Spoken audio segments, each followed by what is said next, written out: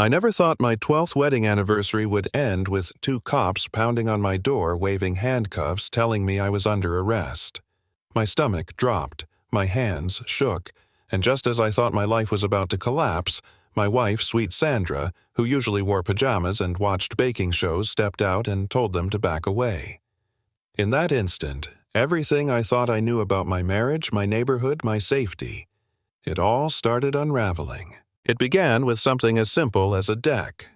$8,000 of cedar perfection built by Michael Carter, the contractor everyone in Maple Ridge trusted. I'd wanted to surprise Sandra for our anniversary, and when she saw it barefoot on the smooth planks whispering that it was beautiful, I thought I'd nailed it. The neighbors came over, even the ones who never show up for anything, and for a moment it felt like my little corner lot was the envy of the block. But Sandra kept checking her phone, tapping away like she was orchestrating some invisible performance, and I should have known something was off. That Monday, the violation notice arrived. $200 per day for exceeding the maximum deck height by 6 inches. I read it 3 times, convinced my eyes were wrong. Michael had measured everything twice. Teresa Edwards, the HOA president herself, had approved the plans. Yet there it was, black and white, effective immediately. When I told Sandra, she barely looked up from her laptop. "Just tear it down and rebuild," she said, like we were discussing what to order for dinner. That's when the first crack formed inside me. My wife, who once fought the HOA for months over the color of our mailbox, wanted to surrender instantly over 6 inches. Mrs. Wilson from next door caught me staring at the notice later. She whispered that 3 families had already been driven out after building additions, all with the same contractor. She wouldn't explain, just patted my arm like a funeral mourner and shuffled inside. That night, Sandra worked late again. Papers were spread across the dining table, not Social Security forms like usual, but photographs, timestamps, financial transfers. When she caught me looking, she swept them into her briefcase like I'd seen something forbidden. Then she left at 2 a.m, her BMW's taillights disappearing down Maple Ridge Drive. For the first time in 12 years, I doubted her. Michael came back the next morning, tape measure in hand, muttering, "This doesn't make sense." He measured again and again, 36 inches on the dot, legal maximum was 38. Teresa's notice had said 30. She lied. Michael hesitated, trying to excuse her, saying she'd lost her husband in a construction accident.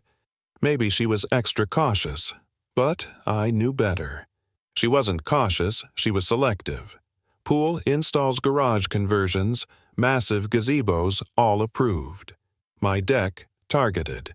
Then Michael showed me paperwork from other families, Rodriguez, Patel, Kowalski, all on corner lots, all fined into selling all jobs he'd done. Suddenly, I was part of a pattern, not a coincidence.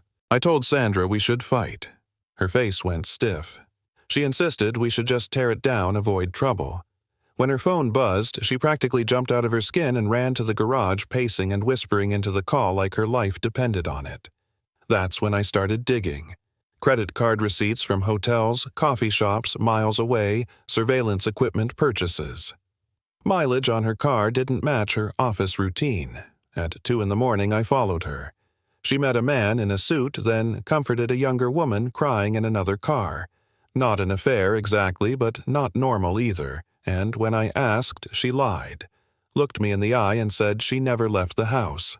My own wife gaslighted me. The breaking point came when Michael showed me an email supposedly from Sandra telling him to build the deck to code so Teresa could hit us with violations.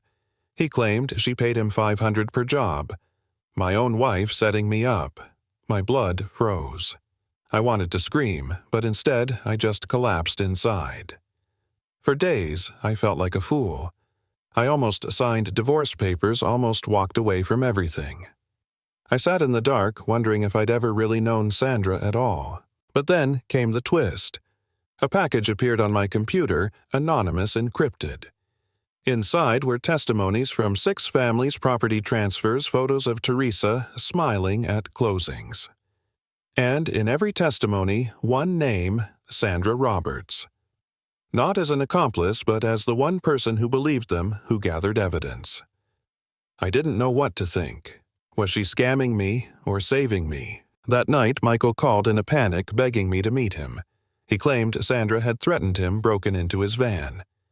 I went stupidly desperate for clarity. His office felt staged, too neat, too calm. When I questioned the shaky video, he showed me his face changed. He pulled a gun. Cool as ice, he told me I was supposed to be victim number 7, just another homeowner bullied into selling low. Teresa was his partner had been for years, and tonight I was going to die so they could flip my house for profit. Then the knock came, police shouting through the door. Relief surged, until I looked through the peephole. The badges were wrong, too shiny, too new. Fake cops. My nightmare was complete. They pushed inside, one grabbed for me, the other barked that I was delusional. Michael slipped the gun back into his drawer, smirking, already rehearsing the story of how I'd snapped. And that's when Sandra appeared. Not in heels, not in pajamas, but in a robe over street clothes. Eyes blazing. "Gentlemen, you're committing felony fraud," she said, calm but deadly. One of them laughed. The other reached for her arm. Big mistake. In 3 seconds flat, Sandra twisted, dropped him face first on the porch, his fake badge clattering across the wood. The other bolted down the street like his life depended on it. Michael lunged for his gun, but Sandra's kick slammed the drawer on his fingers. Then she pointed to her phone, mounted and recording everything. The look on his face, pure panic. Real squad cars pulled up minutes later. Sirens flashing lights, real cops storming in. Behind them, a silver sedan. Out stepped David Walker, an attorney representing 6 defrauded families. Calmly, like he'd been waiting for this moment, he explained the truth. Teresa and Michael had been running an organized scam, targeting corner lots, creating bogus violations, forcing sales, flipping homes for huge profits. And Sandra. She'd been investigating for months as his private investigator. Every late-night drive, every secret meeting, every burner phone, it was all part of the case. She'd made me the bait, the living proof Teresa needed to incriminate herself. I stood there shaking, realizing the woman I thought I'd lost to lies was actually saving me the whole time. But that didn't erase the rage, the betrayal. She'd let me think she was cheating, let me drown in suspicion, all to keep her cover intact. When she finally sat down across from me exhausted, she whispered, "I was protecting you," and all I could say was I was trying to trust you. Teresa was arrested that same night, caught trying to flee with a suitcase of cash. Michael was dragged out in cuffs, still nursing his crushed fingers. The fake cops spilled everything, admitting they thought it was some kind of prank gig. The empire of fraud crumbled in hours. And me, I sat in the middle of it, broken. Justice had been served. The villains exposed, the neighborhood freed from a tyrant HOA president. But I couldn't celebrate.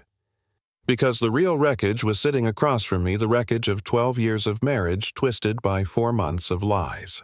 So here's the lesson I learned the hard way. The worst betrayals don't come from strangers. They come from the people you thought you could trust with your life.